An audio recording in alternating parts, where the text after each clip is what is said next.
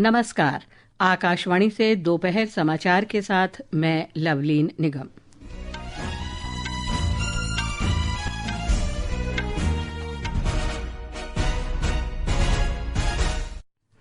सूचना और प्रसारण राज्य मंत्री डॉक्टर एल मुरुगन ने कहा, सरकार ने समावेशी विकास सुनिश्चित करने और आर्थिक स्थिरता को मजबूत करने के लिए इस वर्ष ऐतिहासिक निर्णय लिए। देश के उत्तरी भागों में घने कोहरे से जनजीवन प्रभावित, कोहरे और कम दृश्यता के कारण 148 उड़ानें रद्द। विदेश मंत्री डॉक्टर एस जयशंकर बांग्लादेश की पूर्व प्रधानमंत्री बेगम खालिदा जिया के ढाका में हो रहे अंतिम संस्कार में शामिल हो रहे हैं। सीबीएसई ने कक्षा 10वीं और 12वीं की बोर्ड परीक्षाओं की संशोधित तिथियों की घोषणा की और परीक्षा पे चर्चा की आगामी कड़ी के लिए 3 करोड़ से अधिक पंजीकरण दर्ज करके इतिहास रचा गया।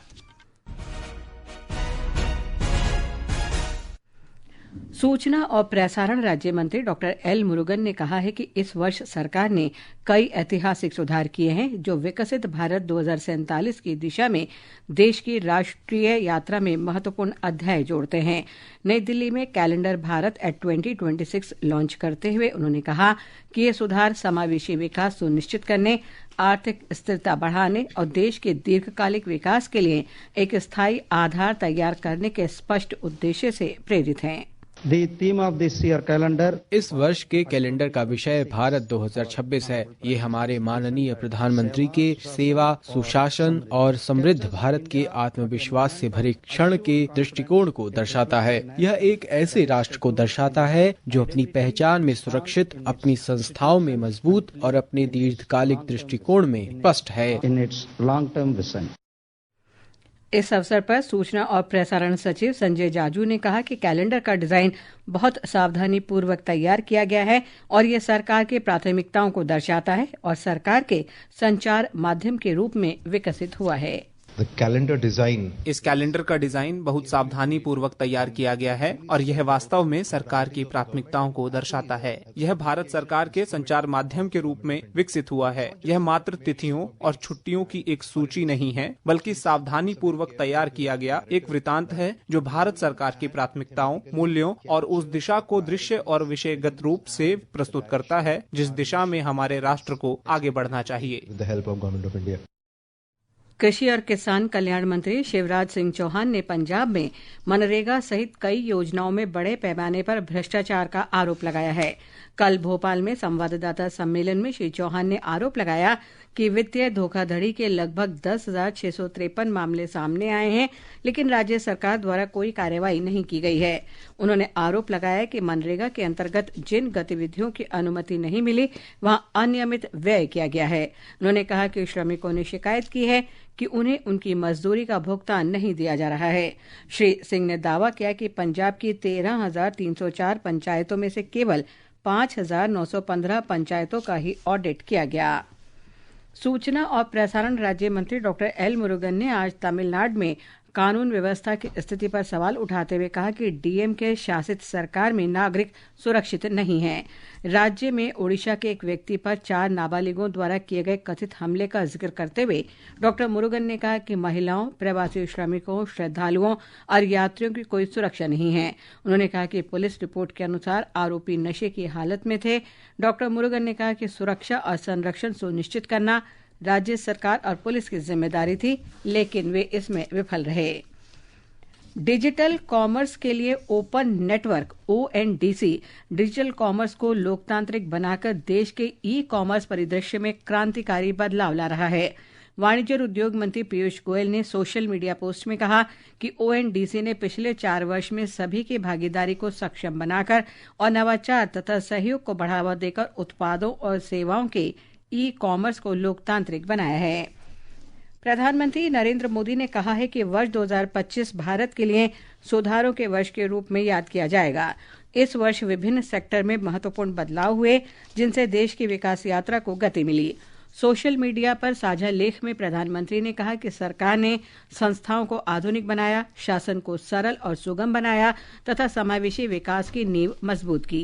श्री मोदी ने कहा कि श्रम कानूनों और व्यापार समझौते से लेकर साजो सामान, ऊर्जा और बाजार सुधारों तक भारत की विकास यात्रा विश्वसनीयता, स्थायित्व और भरोसे पर निर्मित रही है।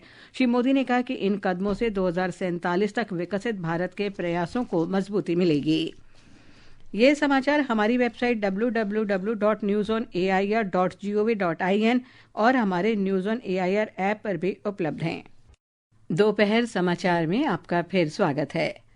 विदेश मंत्री डॉक्टर एस जयशंकर आज ढाका में बांग्लादेश की पूर्व प्रधानमंत्री और बांग्लादेश नेशनलिस्ट पार्टी बीएनपी की अध्यक्ष बेगम खालिदा जिया के अंतिम संस्कार में शामिल हो रहे हैं। खालिदा जिया का अंतिम संस्कार राजधानी के मानिक मियां एवेन्यू में हो रहा है। मानिक मियां एवेन्यू और उसके आसपास सुरक्षा व्यवस्था कड़ी कर दी गई है। डॉक्टर जयशंकर ने जातीय संसद भवन में बीएनपी के कार्यवाहक अध्यक्ष तारिक रहमान को भारत का आधिकारिक शोक संदेश सौंपा। तारिक रहमान की बेटी जायमा रहमान सहित बीएनपी के वरिष्ठ नेता और परिवार के सदस्य उपस्थित थे। रक्षा मंत्री राजनाथ सिंह ने आज अयोध्या में राम मंदिर परिवार के भीतर स्थित अन्नपूर्णा मंदिर के शिखर पर ध्वजारोहण किया। इस अवसर पर उत्तर प्रदेश के मुख्यमंत्री योगी आदित्यनाथ भी उपस्थित थे। अन्नपूर्णा मंदिर राम मंदिर परिसर के 7 मंदिरों में से एक है। 25 नवंबर को प्रधानमंत्री नरेंद्र मोदी ने राम मंदिर के निर्माण कार्य और औपचारिक समापन के उपलक्ष्य में भगवा ध्वज फहराया था। एक रिपोर्ट। रामलला की प्राण प्रतिष्ठा की द्वितीय वर्षगांठ पर पूरे अयोध्या में उत्सव का माहौल है। आज परंपरागत विधियों से राम मंदिर परिसर में यज्ञ, हवन और पूजन किया जा रहा है। रक्षा मंत्री राजनाथ सिंह और मुख्यमंत्री योगी आदित्यनाथ के साथ संत, महात्मा, धर्माचार्य और बड़ी संख्या में श्रद्धालु इस ऐतिहासिक क्षण के साक्षी बने। रक्षा मंत्री राजनाथ सिंह ने आज परकोटा में बने अन्नपूर्णा मंदिर के शिखर पर ध्वजारोहण भी किया। आज राम भक्तों के साथ ही अयोध्या के लगभग 1200 संतों को इस कार्यक्रम में आमंत्रित किया गया था। इससे पहले अयोध्या पहुंचने पर रक्षा मंत्री राजनाथ सिंह और मुख्यमंत्री योगी आदित्यनाथ ने हनुमानगढ़ी में दर्शन पूजन भी किया। सुशील चंद्र तिवारी, आकाशवाणी समाचार, लखनऊ। प्रधानमंत्री नरेंद्र मोदी ने आज उत्तर प्रदेश के अयोध्या में मनाई जा रही रामलला की प्राण प्रतिष्ठा की दूसरी वर्षगांठ के अवसर पर देशवासियों को शुभकामनाएं दी। सोशल मीडिया पोस्ट में श्री मोदी ने इसको आस्था और परंपरा का एक दिव्य उत्सव बताया। प्रधानमंत्री ने देश विदेश में फैले राम भक्तों की ओर से भगवान श्री राम को नमन किया। भारतीय रेलवे ने स्वदेशी रूप से डिजाइन और निर्मित वंदे भारत स्लीपर ट्रेन का अंतिम उच्च गति परीक्षण सफलतापूर्वक पूरा कर लिया है। ये परीक्षण कोटा नागदा रेलखंड पर किया गया।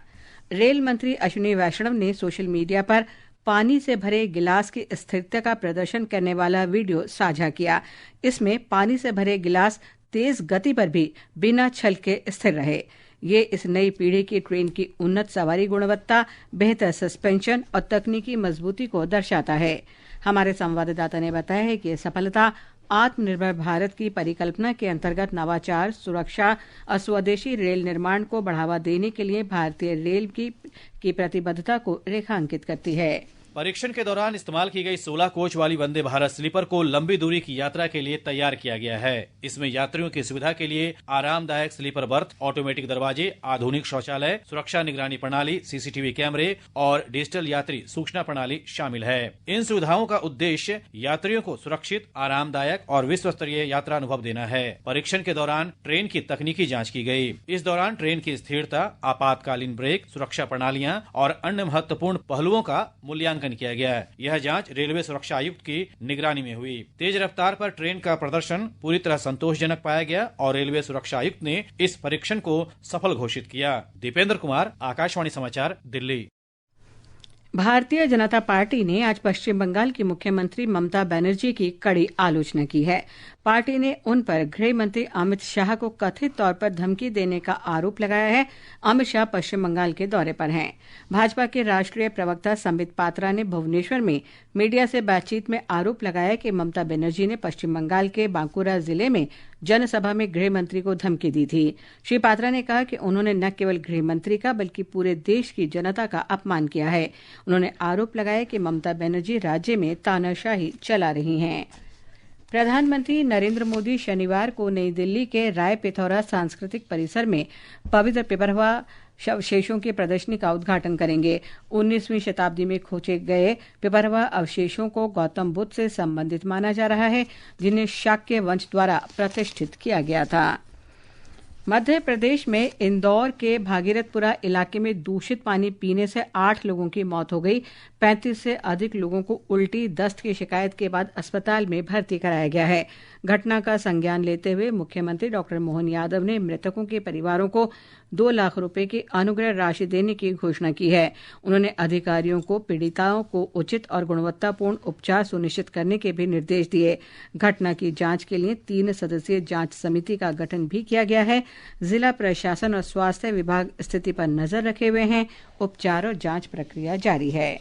ये समाचार आकाशवाणी से प्रसारित किए जा रहे हैं। ताज़ा समाचार जानने के लिए आप हमारे social media handle X @AIR news Hindi को फॉलो कर सकते हैं।